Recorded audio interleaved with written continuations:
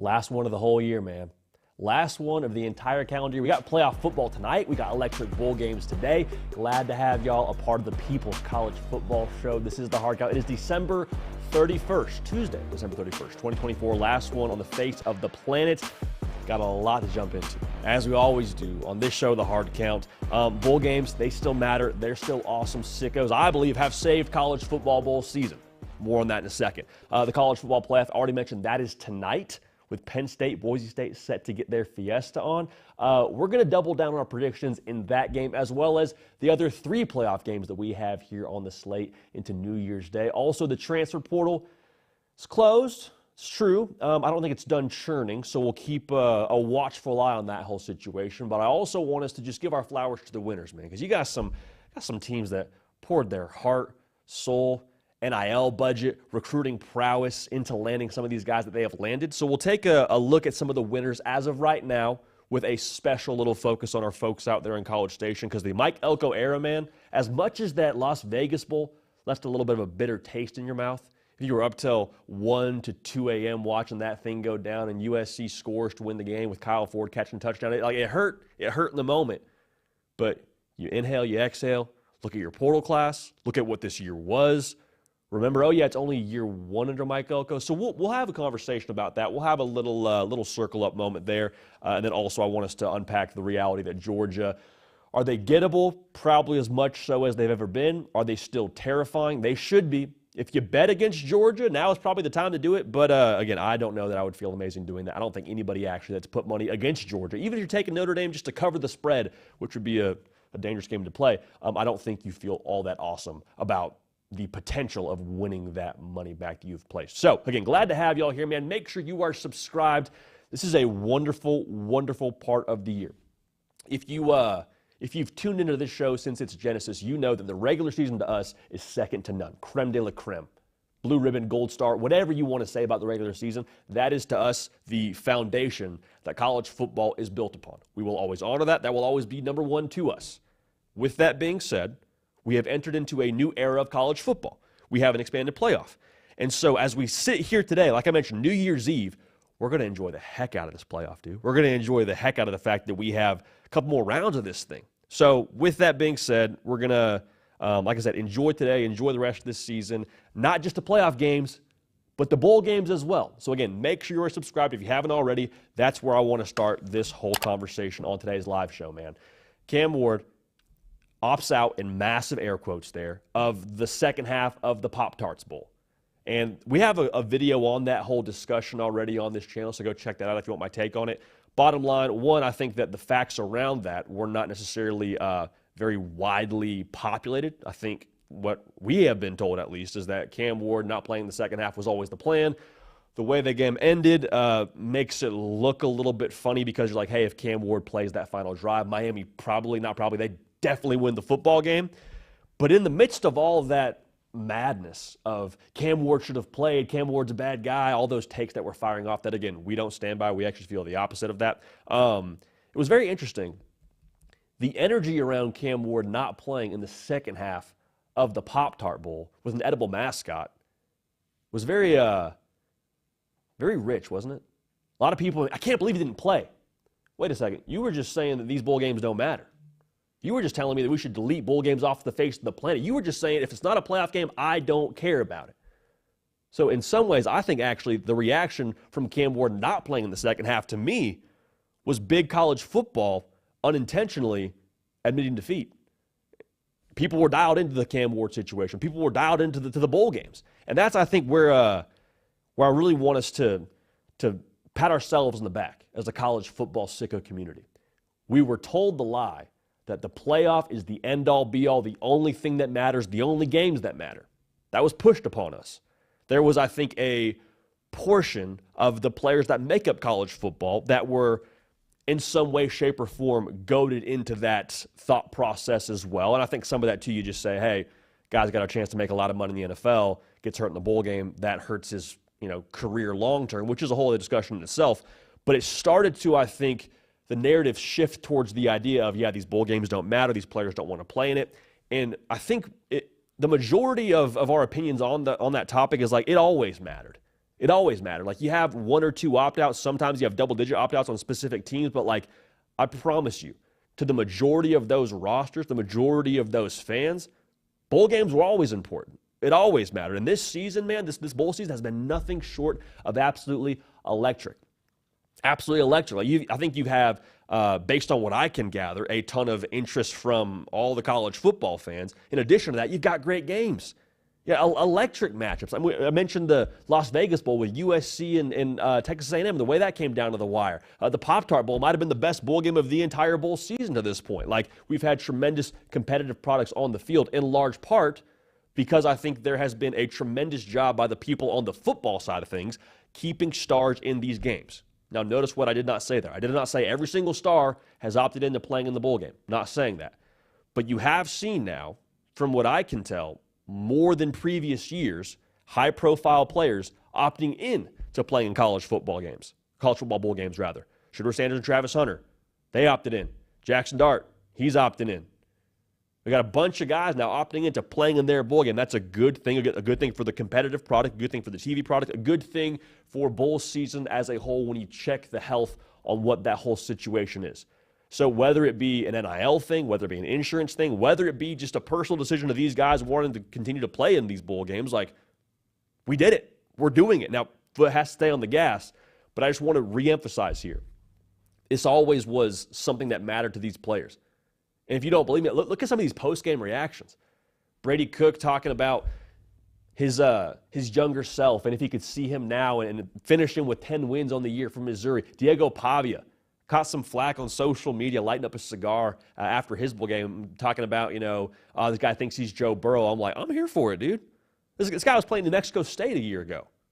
He's now won a bowl game. Like, enjoy the heck out of that. You won your last game of the season, man. That's phenomenal. Dylan Raiola in Nebraska, ending not just their bowl drought, but winning a bowl game in itself. That was massive. Kyle McCord, Fran Brown, like, these bowl games always mattered a lot more to these teams, the people actually a part of the bowl games, than the big college football, the big TV executives would like to have you believe when it comes to this whole discussion. So that's where we are currently in the college football bowl landscape. Before we move on, I want to hit you with this idea. And Cato and I went back and forth on this in the office yesterday, so I understand this will not be a sentiment that we all agree on wholeheartedly. That's okay. What I want to see in bowl games going forward here is us to even lean further into what the TV product is and lean even further into, quite frankly, what I think bowl games are in general right now, with them essentially being what I would call pseudo first game of next year for a lot of these teams, because you get the early enrollees from your recruiting class, you get some transfer portal guys that are enrolled from your winter cycle. I want to see those guys have a chance to play. So going back to what I just said, we talk about the TV product and how bowl games are sort of unorthodox, a little bit wacky. I mean, you got the Pop-Tart Bowl being the best example of that, the Mayo Bowl being a great example of that. It's not a regular college football game. It's awesome. That's one reason why we love it. It still is college football at its core, but there's some parts of this that are a little bit unique, unorthodox, and different than what we have come to expect from a standard college football game. So with that being the case now, if we want to have guys opting out of bowl games, let's give some of these guys a chance. Again, not saying you have to, give them a chance to opt into the bowl game. So now the most extreme negative example of what could happen here is like, well, Bryce Underwood plays for Michigan, not starts, plays, gets a package in the red zone, whatever you want to call it, gets hurt and bad things happen. If you don't think the guy should be out there on the field, he hasn't shown you enough during practice, or you don't feel good about where they're at physically to withstand what a D1 college football game is, then yeah, do not let him play. But like Justice Haynes, transferring from Alabama, now at Michigan, like, I'd love to see him get a few carries in the ReliaQuest Bowl. Micah Hudson, you don't think he could have helped A&M a little bit in that Las Vegas Bowl against USC? I'm not saying it has to happen, but giving these teams the opportunity for that to happen could be a great thing. Because one of the big benefits of the bowl games for teams that make it is you give a lot of these young bucks a chance to get more experience. So it's up to the coaches how they want to divvy up those reps. If a guy's been on scout team for the better part of the last few months and he's been taking a beating and now has a chance to go play, awesome. Let him cook. Let him cook. But I would love to see a potential 5-star recruit get a chance to get a little bit of burn at a specific position that doesn't put him in harm's way to go ball out, and I'd love to see that on my TV. So again, I think, honestly, I'll say this, I don't think we're that far away from that happening. I have no intel, just my gut. Just my gut. So the bottom line here, whatever happens in the future with bowl games, right now, they matter. If that was ever a question, they matter. They're awesome, and we enjoy the heck out of it. And we're going to keep enjoying the heck out of it as this bowl season sprints on through the finish. You got the Cheez-It Bowl today, Illinois and South Carolina, ReliaQuest Bowl, Alabama, Michigan. We're going to enjoy the heck out of it as well as the college football playoff, and we're going to keep a good thing going, man. Now, speaking of good things going, we've got a good thing going over at Prize Picks. Code HARDCOUNT, $5 in lineups gets you $50 in promo funds. I've made this statement a couple times. I'll say it one more time. We're going to swing a big bat here in the playoff, all right? Safe games, safe prizes. We have no interest in those. We're going to go after it. I'm going to tweet out my picks. Using code HARDCOUNT, $5, again, whether we win or whether we lose, gets you $50 in promo funds. So let's say we lose. Okay, that's too bad. Ball up top. You got $50 to play with for whatever that next game is tomorrow or the day after or the day after that. So appreciate Prize Picks. Again, y'all using that code helps us tremendously because it lets the people at Prize Picks know y'all are dialed in and watching the show, and they are very happy to see that as well. So before we move on to some of these playoff predictions, if you will, kind of doubling down on what we've already said and kind of adding a cherry on top, I want us to unpack what's gone on in the transfer portal over the course of the last few weeks because a lot's been happening in the world of college football. You've had the playoff happen. You've had bowl games. You've had guys opt out. You've had guys hit the portal. You've had guys commit places. Let's just kind of take a breath here, take a beat, and talk about some teams that as of right now are transfer portal winners. Before we move forward, full disclaimer, there will be a portion now, I believe, where the portal gets a second wind because you got now 8 teams in the college football playoff that once those seasons end respectively with stacked rosters, some of those guys will elect to play their college football elsewhere. So this is currently the teams that are in the transfer portal winning circle for me, not all-encompassing, but if your team isn't in there right now, doesn't mean they can't make some moves here when some of these other guys jump in the portal here once the playoff or their season concludes. But a team that's season is already wrapped up and a head coach that I would run through a wall for is Texas Tech and Joey McGuire, man. Listen, I don't know when it's going to happen at Texas Tech, but they're going to break through at some point in time. The reason why I feel that way, they just continue to do the right things, man. You do the right things enough with a high enough frequency. I'm not telling you it guarantees success, but like your percentage of success only continues to increase. That's Texas Tech right now, man. They have been on the cutting edge of how they evaluate talent at the high school level. Have to believe that carries over in some way, shape, or form to the transfer portal. Currently have the #1 transfer portal class for us here at On 3. There is a tremendous care factor as well out there at Texas Tech. Do not get it twisted. The logo maybe isn't what what some of these other schools in the state of Texas. It's not the recognizable Longhorn logo or the A&M logo. Tell you what, though, that fan base, they are investing. Powers that be are putting their resources where their mouth is, and they are putting that money to good use, from what I can tell, to acquire top talent. So right now, 17 transfers in the portal. It's very, very obvious. If you revamp at a high level, the Big 12 is wide open. Arizona State was picked to finish last in that thing this year. Went out and got Sam Leavitt, Cam Scadaboo via the portal as well 2 years ago, and right now they're about to get set for a college football playoff game tomorrow. So Texas Tech, love their direction, love their trajectory. You can't have a transfer portal winner conversation without mentioning Joey McGuire and what they're doing out there. LSU, how about LSU showing up to the transfer portal winner circle, man? Who would have thought? It's like that Hot Ones with Paul Rudd. Who would have thought, huh? Not me. Not me. It's probably what LSU fans are saying. Currently have 14 transfers in. They are making what I would call lifestyle changes with the transfer portal. We're entering into New Year's resolution season. Everyone wants to sleep better. Everyone wants to lose weight and work out more. The one you hear a lot is I want to drink more water. It's not a resolution. That's just normal. Just drink more water. Sidebar. LSU is not just putting out a resolution. They are genuinely making the changes internally from a resources perspective, with Brian Kelly saying, hey, we got to have more dollars, more cents to get more big ballers in here. And they're, from what I can tell, by nature of the players they're acquiring, feels like a philosophical shift with who they've brought in. Like LSU, it's not that they're new to the portal. They've been a player in it before, but it feels like now more than ever they're able to grab from a different row, if you will, when it comes to the top talent in the transfer portal. Like they're grabbing guys with proven production. They're not taking a flyer on a guy from a G5 or an FCS school and hoping it works out and depending on to play big snaps. Like, these are dudes that have played at a high level. Barry and Brown from Kentucky. Michael Van Buren is the future in that quarterback room. Like, I love the way they are stocking that roster with intentionality, proven production, guys they can depend on. Now, I don't know this to be true, but remember the Bryce Underwood flip from Michigan, or from LSU to Michigan, rather. When that happened, again, I don't know this to be 100% the case, but my gut tells me that probably opened up some NIL funds you maybe wouldn't have had he stayed committed. Not telling you that's the case, but I am saying that it's not a good thing, but the obstacles sometimes can be the way. I don't know that you have the portal class you have right now if that Bryce Underwood commitment sticks. Food for thought. So LSU, without a doubt, they are a winner as of today when it comes to the transfer portal. Now, speaking of Michigan, don't look now. Michigan, they got the number 3 portal class, according to us here at On 3. And it's not the quantity just yet. Like, as of right now, they do not have double-digit transfers. But the thing with Michigan that should excite the folks in Ann Arbor is there is a real plan in place with Sean McGee, the GM out there. Sharon Moore, as the head coach, brings real vision as a recruiter. And then also, the game changer for Michigan, they got real backing now. Like, the Bryce Underwood commitment at the high school level should tell us everything we need to know about the kind of bat Michigan's swinging right now when it comes to acquiring talent.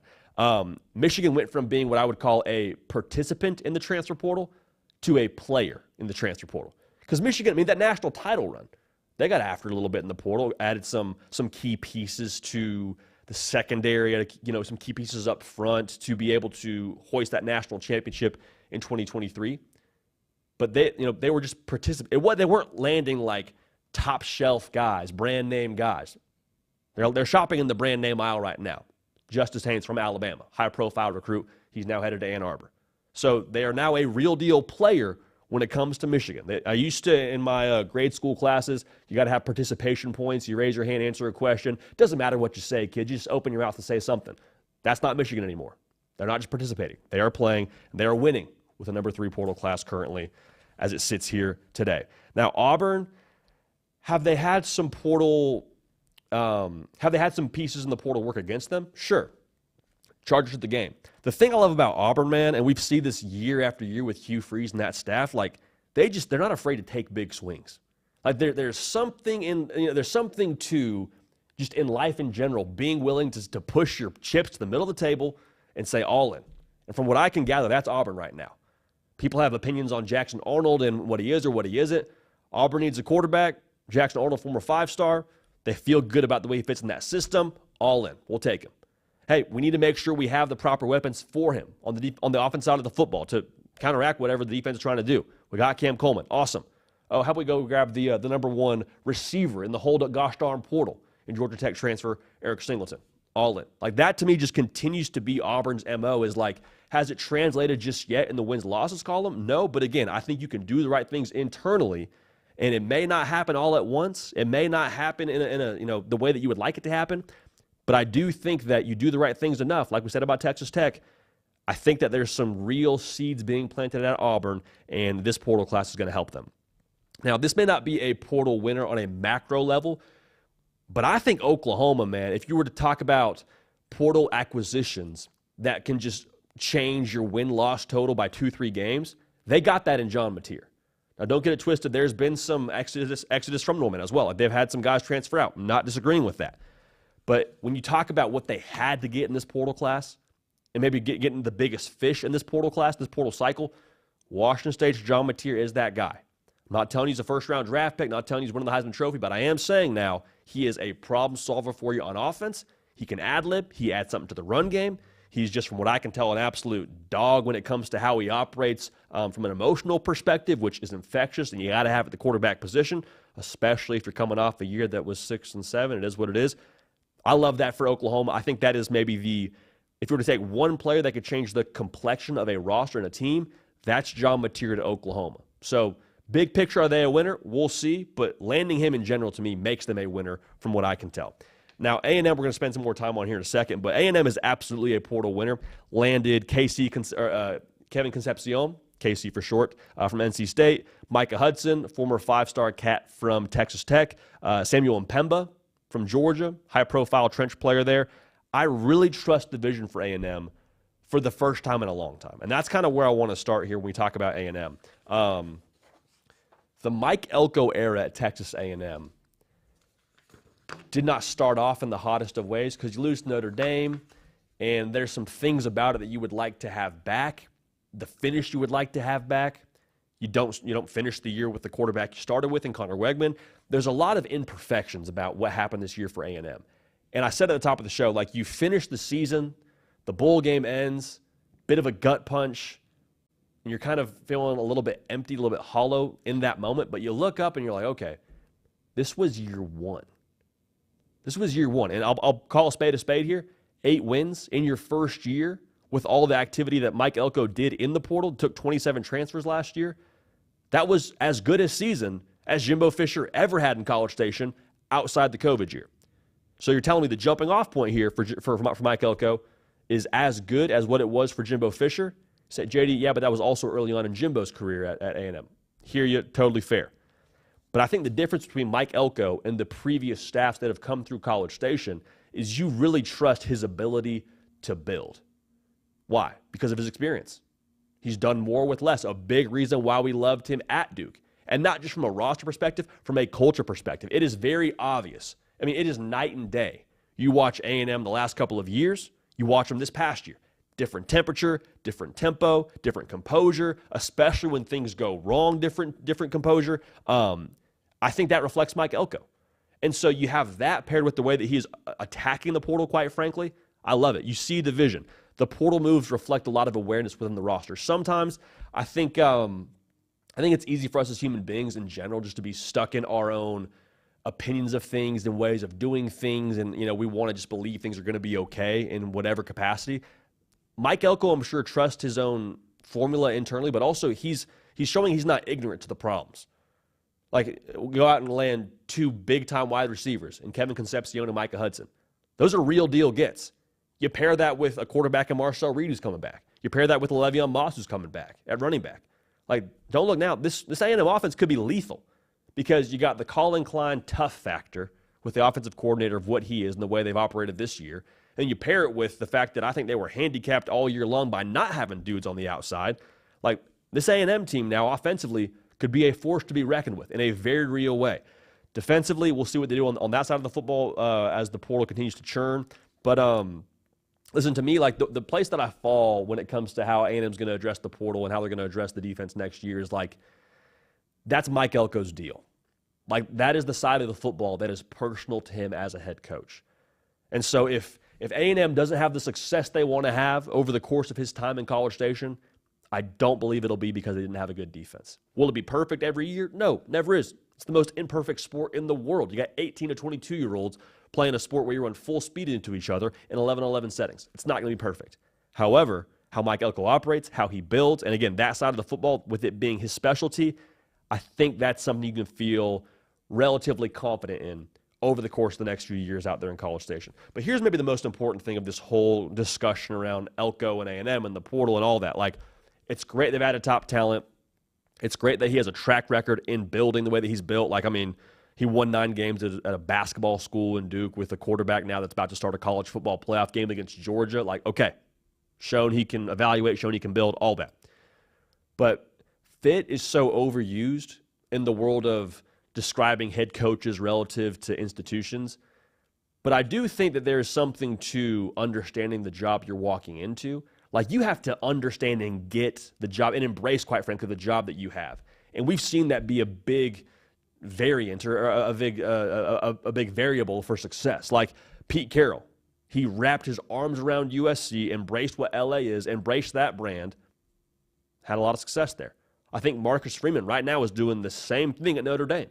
Mike Elco gets what A&M is. He gets the standard. He gets the expectations. He gets their traditions. He gets the crazy level of buy-in they have out there. Like, he can manage all of it. He keeps all the plates spinning, and he loves it. I tell you, he relishes it. Why? Because he's been there before. He was there as a DC. And the thing that we talked about a lot when he got the job is you watch that press conference when he got hired. And let's just say the quiet part out loud. A&M's not for everyone. Like, A&M is a polarizing brand. The traditions people make fun of mercilessly on social media. If you get it, you get it. If you don't, you don't. If you're part of it, that's who you are. It's not like oh, I went to school here. It's like, no, that is like I'm wearing the Aggie ring. We're singing the war hymn at my wedding. Like that's what I'm about. I'm about that life. Mike Elco is also about that life. Like the post-game press conference, they're singing the war hymn. He knows every word. He's leaning, he's rocking, he's swaying. Like there was no fake limp seeking from him when it came to that war hymn. Like he was all the way dialed in. And I think at a place like A&M, it is more important to understand the job. You got to get the job the way that Mike Elco does, and that's a big reason why I believe in the future there in College Station. The portal is awesome. The returning pieces are awesome. They've been a winner in the portal to this point. They were a winner last year in the portal. You want to do this whole 2020 vision thing. You want to do hindsight. Nick Squirton, major piece for them. But the way that he understands and gets and is bought into A&M, I think is massive. I don't think you can overstate it. And I think that the Elko era in year one, it's hard to give him any grade that's less than a B+ in my mind. I'd give him an A- based on their first year out there in College Station. So, portal winner for sure, but the future is very, very bright for our friends out there in Aggie Land. All right. Appreciate everyone tuned in live. Make sure you have subscribed to the channel if you haven't already, man. College football playoff is upon us. It's been upon us for a while. Round 2 is upon us tonight. You got Boise State and Penn State. Going to give you our take on that one. We've given you our predictions for these games already, but I want us to double down on it a little bit right now. Not speaking to the KFC sandwich that was breadless and it was like 2 chicken breasts as the bread, beside the point. We're doubling down on our playoff predictions, all right? So Boise State, Penn State, we've told you we think Penn State wins the football game. And in case you missed it, I love Ashton Jeanty, dude. I love Ashton Jeanty. I love that staff at Boise State. I love the way they operate. Hear me clearly. There is a world where Ashton Jeanty throws on the JanSport Player of the Year here for us on the hard count, and just goes crazy, and Boise State wins the football game. The concern for me is that would also require a bit of a Penn State implosion, because this defensive line, this defensive front in general will be the best that Boise State's played all year. Top 10 in the country when it comes to rush yards allowed per game.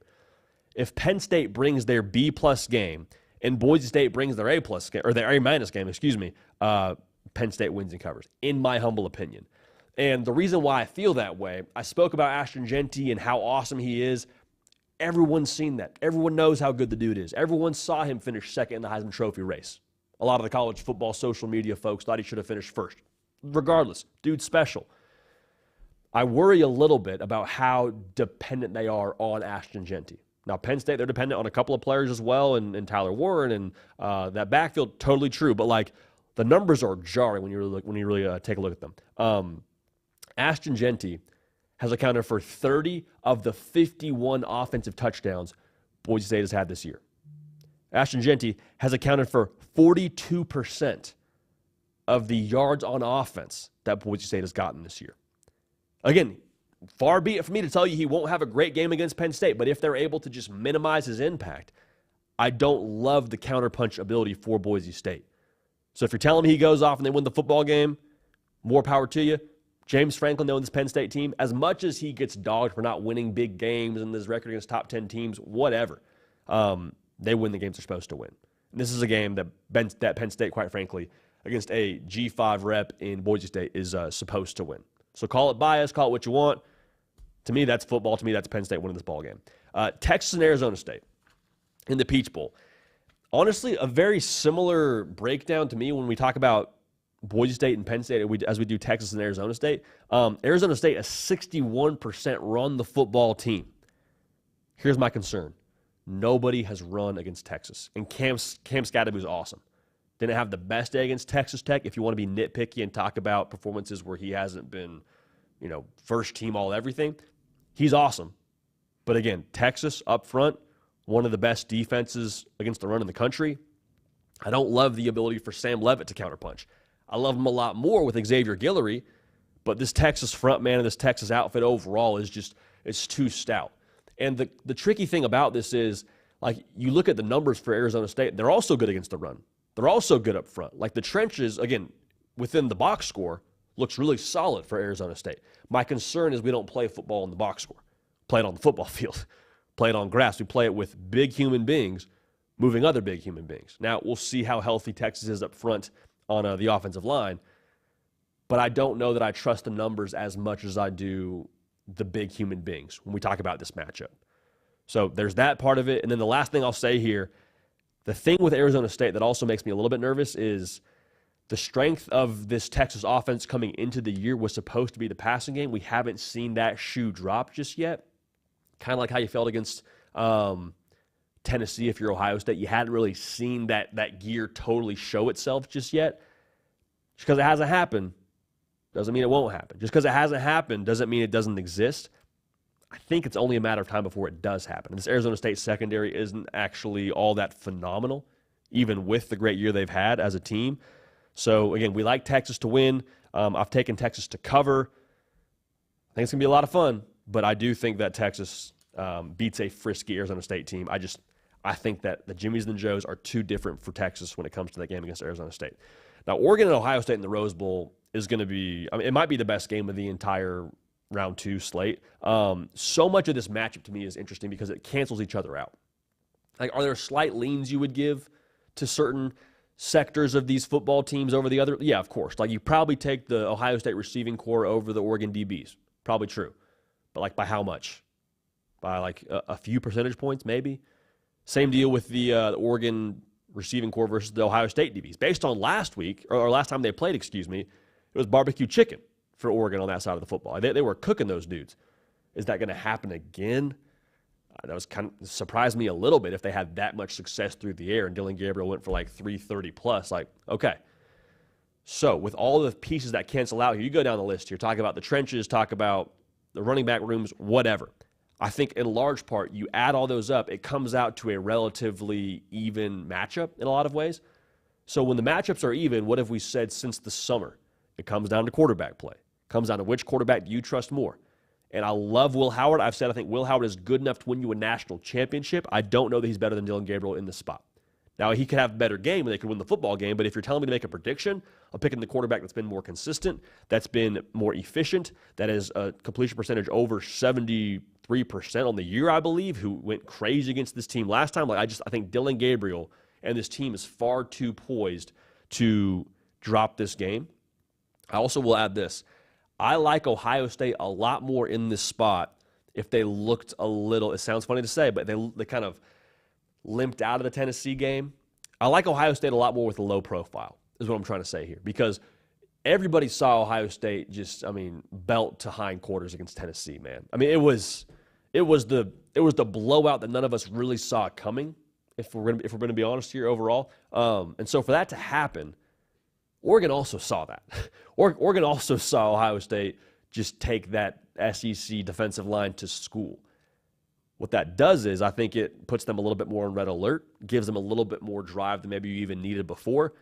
Far be it for me to question Dan Lanning and getting his team ready to play, but if they needed any extra external juice, if they needed any of that at all, I think they have it with that game they saw with Ohio State and Tennessee. So we like Oregon to win that football game for the second time over the Buckeyes in Pasadena for all those reasons we just laid out for you. Last one here, the Sugar Bowl, Georgia, Notre Dame, man. Now, I don't want to speak out of both sides of my mouth, but like there's a path for Notre Dame to win this game, right? Like, you could tell me that Riley Leonard does what Haynes King did with the Georgia Tech-Georgia game, and he has a great day on the ground. You could tell me Gunnar Stockton just, doesn't meet the moment and has multiple turnovers. Like, you could paint that picture for me, and it wouldn't be the biggest stretch in the world. Like, I don't have to squint to see that happening. But at the same time, lost in the shuffle of Notre Dame essentially dominating Indiana in their first-round playoff game was the fact that I actually feel like Indiana got some reasonable pressure on Riley Leonard. Now, it didn't really show up in the category of sacks, but when I watched that happen, I couldn't help but feel like, Indiana's a good front.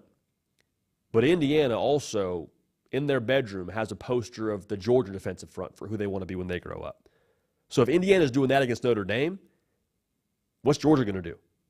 And I think that really is kind of the end-all, be-all here. Like, Gunnar Stockton, as long as he doesn't have a 5-turnover game, like, Georgia should be in relatively good shape when it comes to controlling the line of scrimmage against that Notre Dame offensive line. So I think the playoff survival traits here, we'll talk about more with Georgia in a second, but like Kirby off of 24 days to prep and that team to rest, we like Georgia to beat Notre Dame in the Sugar Bowl for those reasons when it comes to physicality. So I cannot wait for this. I am so fired up. This is actually here now. Playoff mode for everyone activated. Mamba mentality across the board. We'll see who brings it, man. We'll see who's got the juice. But I want us to keep on talking about Georgia here because I think there's more to that discussion than what meets the eye. We said for a long time, multiple games in a row now, Kirby Smart and Georgia still have that Thanos quality to them a little bit. Like, it may look a certain way for a few quarters, may look a certain way for the duration of the season. Like, Georgia lost 2 ball games here. A couple of them pretty convincingly, to be honest. Kirby still has the ability to, I believe, snap and just turn it on, and this team goes crazy, and, like, that's just kind of the end of the day. That's how Georgia gets it done. But it's not unreasonable to say that Georgia looks down right now. So what does that mean, and how does that correlate to their game against Notre Dame? We'll talk about it right now. First things first, subscribe to the On3 YouTube channel. Georgia Bulldog fans, y'all been dialed in with us for a minute here. We appreciate you for that. Show brought to you by our friends over at Prize Picks. Mentioned it earlier in the live show. We're going to have some plays for you. Have a play for you actually in this segment as it relates to Gunnar Stockton, so stay tuned for that. But code HARDCOUNT, $5 in lineups gets you $50 in promo funds. So back to what I was saying here about Georgia looking down, quote unquote. Like, if you bet against Georgia, I don't think anybody blames you at this point in time. You took Georgia with, +2 or Notre Dame +2.5 or +1.5, whatever you got it. Like, I don't think anybody's really blaming you all that much because Georgia has looked as gettable as they've ever been. The 2 regular season losses I mentioned, they were not something to get excited about. Starting quarterback, out. Line of scrimmage, hasn't been as consistent as usual. Pass catchers, not nearly as elite as we thought in the preseason. I believe they're like darn near the top of the country when it comes to drops. Nobody touching the football for Georgia, from what I can gather. It's going to be a first-round pick in the NFL draft. Those losses I go back to, like the Ole Miss loss wasn't close. The Alabama loss probably shouldn't have been close if not for Georgia turning on the absolute nitrous to throttle forward and have a chance to win at the end there. But, like, first half was a sight to behold. All that said, and even if you bet against Georgia, I still don't think you feel that awesome about it.